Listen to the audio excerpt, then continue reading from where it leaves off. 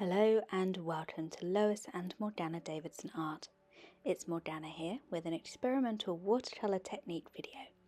Today I'll be demonstrating how to turn a simple watercolour pour into a beautiful loose landscape painting.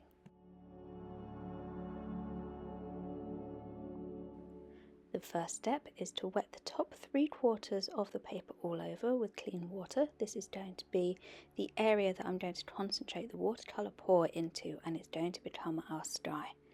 I'm leaving a band of dry paper along the lower edge, as this is where I want to add in some crisper landscape detail later. I'm using 3 classic colours for my sky pour today, some nice raw sienna, ultramarine blue and a little bit of Payne's grey. To do a watercolour pour like this, you just want to keep your colours in separate little palettes or dishes or whatever you have handy, and just add clean water to your pigment until it's roughly the consistency of ink. You can use either pan or tube watercolour paint for this. I'm using tube paint as I find it just a bit easier to mix to the right consistency.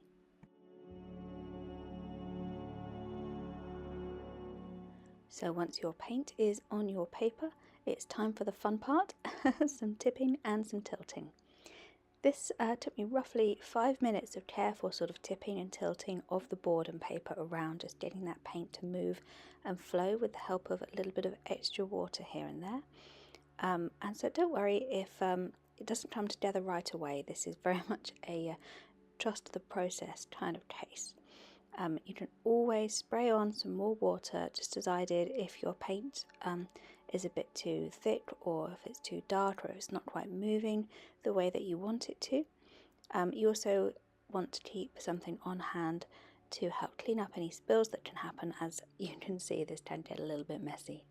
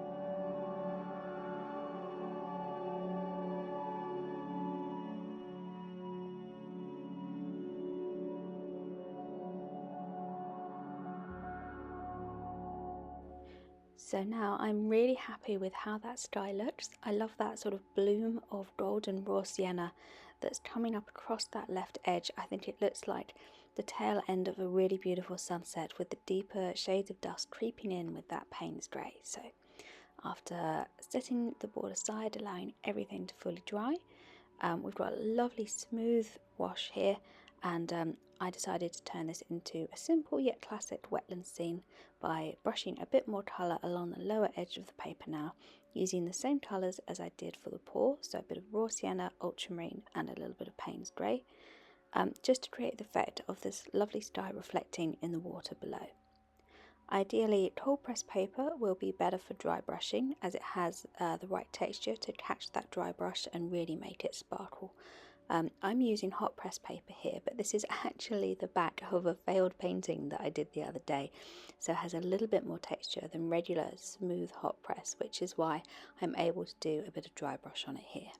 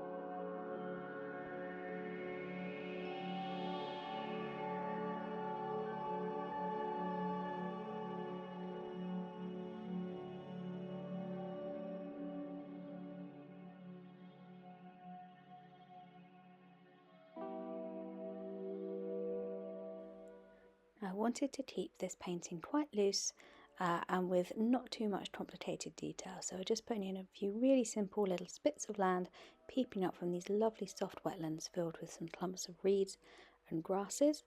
I'm using sepia paint for this, which is one of my favourite colours to use for shapes and silhouettes, as of course we've got that lovely sunset golden glow down the left hand side there, throwing everything out into silhouette. So I think the sepia has got just that right amount of like a rich, deep dark colour whilst not going all the way down to black, which can sometimes look a little bit flat in these kinds of paintings.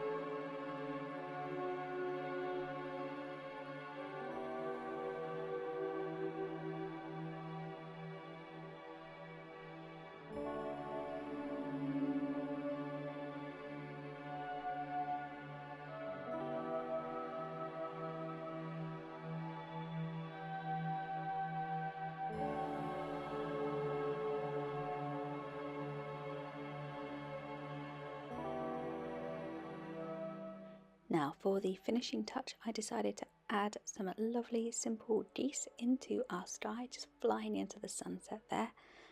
These are just going to be silhouettes like the grasses below, so no extra colour needed. All I've done is just sketch in a few quick shapes in pencil, and I'm going to fill them in using my size 0 brush and some more sepia paint.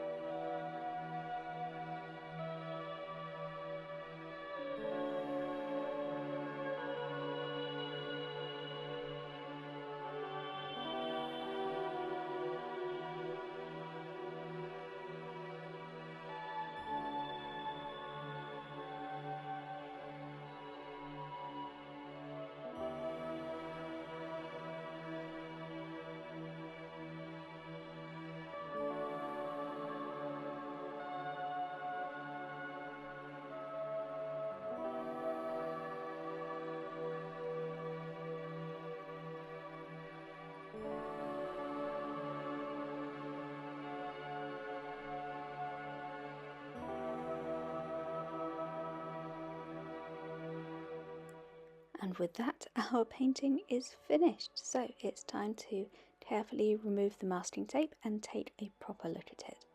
I must admit, I wasn't sure that this idea of mine to turn a watercolour pour into a sunset painting would really work, just because I was worried that I wouldn't be able to control the paint and the water and it would just flood everywhere and just create a terrible mess. But actually, I think it worked really well and I'm just so pleased with it. I just love how that bloom of light has come up from that left-hand side from the raw sienna. I'm just absolutely overjoyed. So I really hope you enjoyed the video too.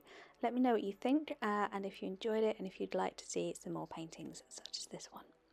Anyway, have a wonderful rest of the week, everybody. Wishing you all very happy painting.